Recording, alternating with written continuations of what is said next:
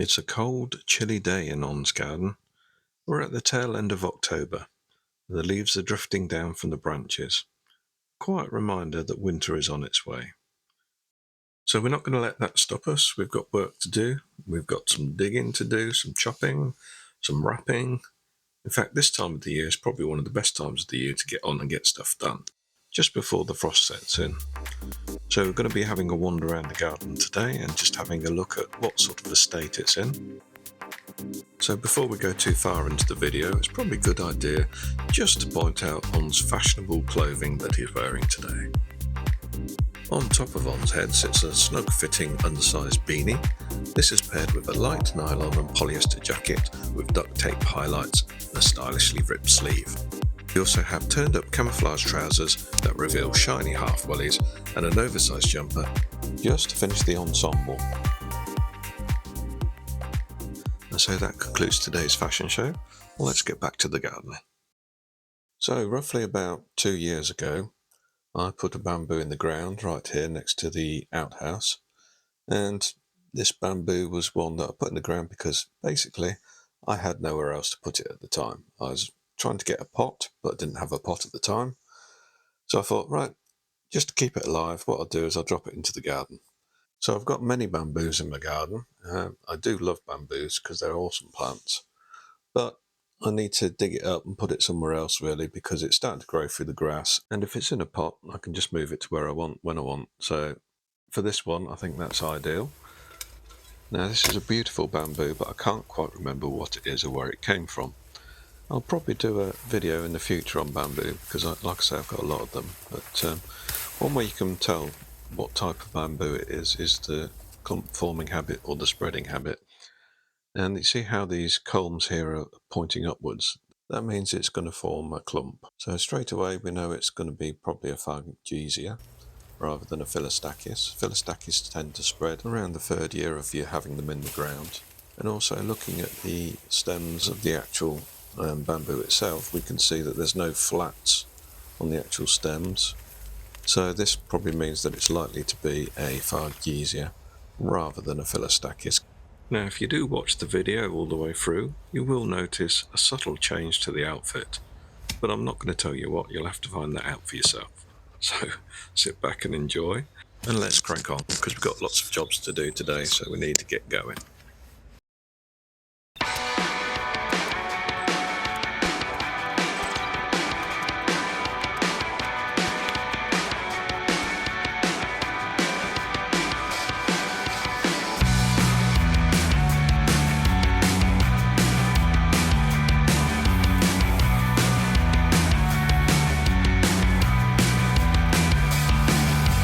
Face on the ceiling, why are you weeping? Has life deceived you and left you bleeding out? Cast aside the sun, take side, save me from the night.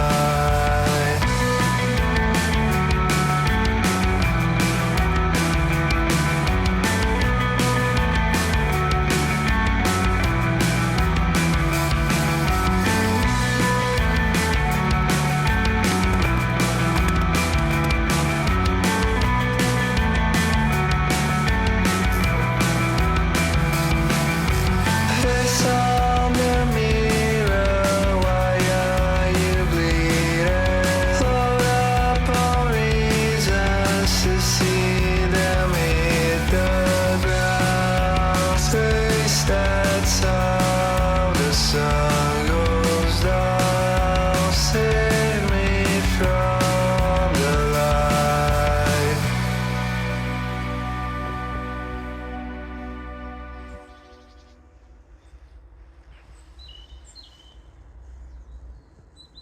So let's have a quick look around the garden and see how things are doing.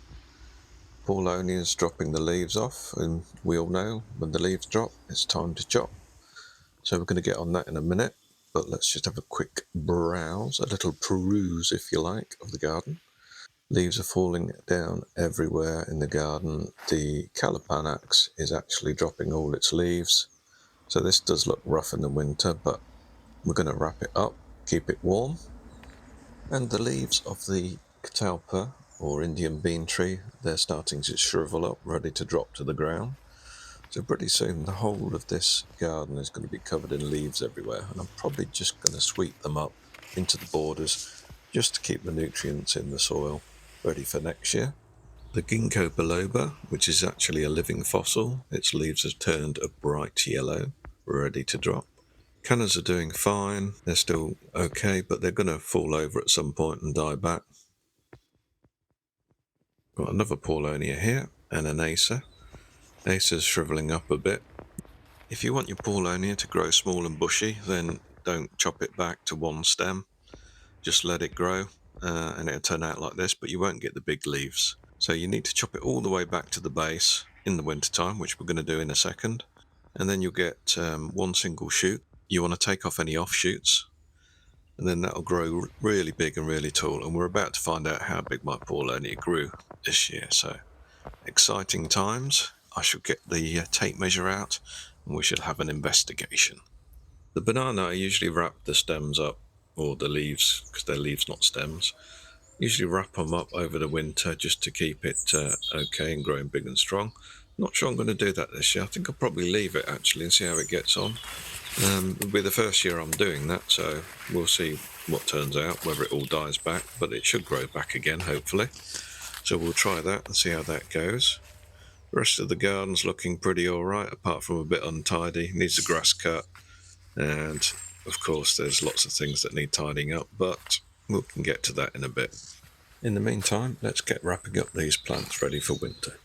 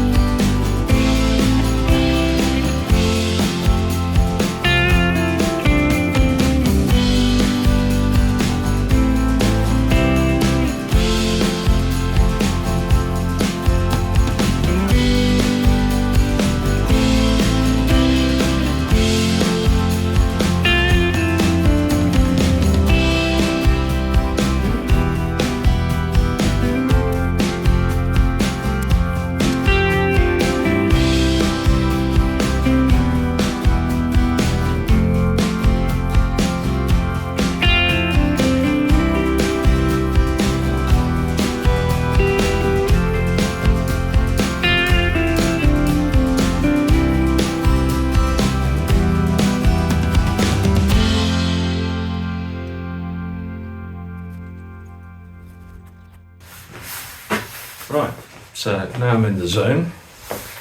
I've got my best outfit on, as you can see. Let's talk about today's weapon of choice. Well, gloves, they're essential. And normally speaking, when I'm chopping things in here, I'll be using these things. Little tiny cutters, chop, chop, chop, job done. Because we're going outside, and there's a lot bigger things, you might need these. These are good for your pruning your little branches and things like that. But for grasses and things, I'll probably use something like this, which is a bread knife. Pull them out, just like that. And if we get something really big, then I start to move on to the big power tools. And this is a bit damaged, but it's still working fine. One of these is kind of essential for a jungle garden because you need to chop through much of the big branches, a bit hard to get to. So we might be using that, especially for the smaller paulownias, but we're probably going to move on to something like this bad boy. And this is what you call a mini chainsaw. And yeah, very excited. Go for it. Beautiful. So I'm going to be using that one to chop the bigger paulownia tree down this year. I think I used this one last year, but it did struggle a bit. Whether it's because the blade's not sharp enough, I don't know, but it's getting rather big, so we need to do something about that. So yeah, let's get out there and start chopping up some branches.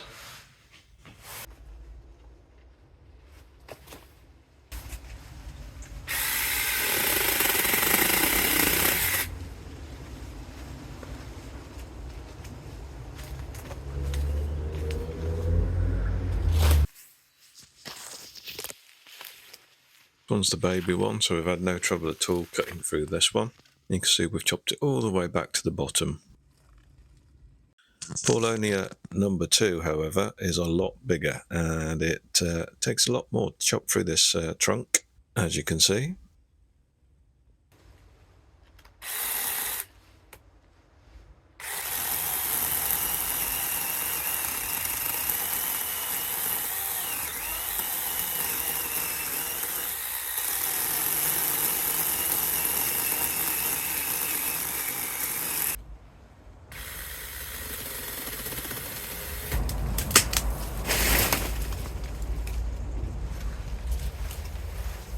Now, as you can see, what I'm going to do is I'm going to take all these leaves off. I'm going to reuse the wood, so that'll be okay. Got a cunning plan for that. The leaves I'm just going to use as a mulch on the garden, so that'll keep some of the plants protected. And as you can see, it's a pretty good size, so quite happy with that one.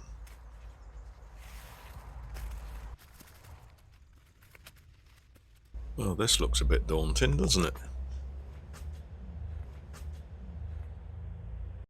I think I need a fashion improvement to tackle this one. There we go, sorted.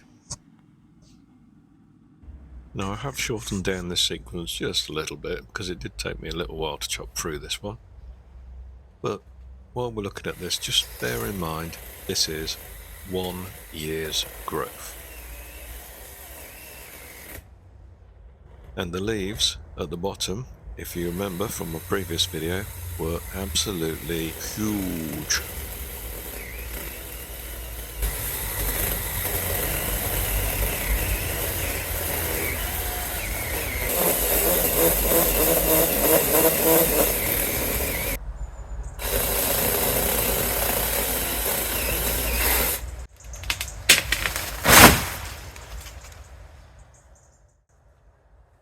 Right, now the bit that you've all been waiting for, and that's the final measurement of the paulownia.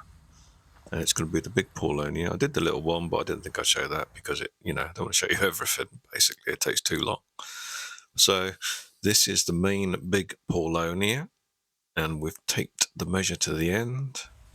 That's coming up to 1 meter. Going down, going down.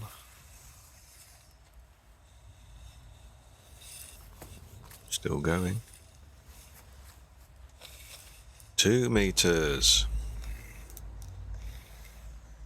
Suspense. The suspense.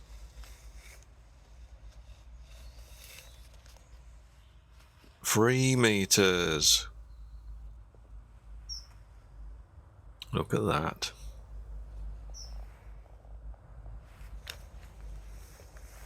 Still going.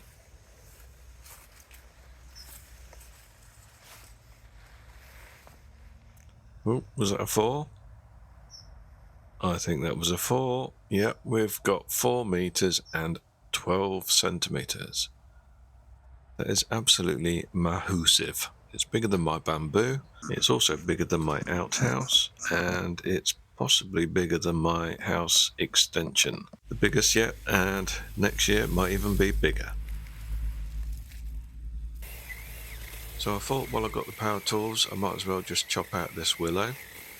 It's getting a bit big and it's sort of covering up the area, so I want to open it up a little bit. And what this does is actually reveal the beautiful New Zealand flax. And they're quite architectural plants, you can get lots of different colours. And the best thing is they're evergreen, so they don't die back, and they've got these long sword-like leaves that you'll be able to see all year round, which is pretty good. So we need to sort out these bits of wood that we've chopped off, and I've got a plan for those. Now this one's actually going to be coming inside with me, and we're going to have it in the kitchen garden. This one, however, needs chopping up, because what I'm going to do is clad my shed with it, make it look a bit more natural.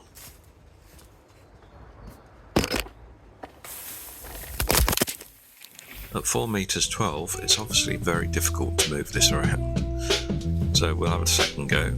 Here we go. Lovely, doing well on, doing well.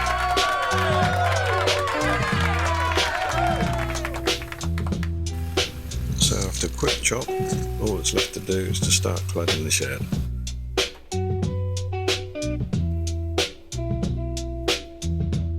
Eventually I'm hoping that the shed disappears into the background. And it actually might take a few years, but at the rate that Paulownia is growing, maybe it won't, I don't know. But thanks for joining me all the way to the end of this video. I've taken up enough of your time, so I'm going to let it go at that. And I shall see you in the next one. I'm not sure what it's going to be, or even when it's going to be.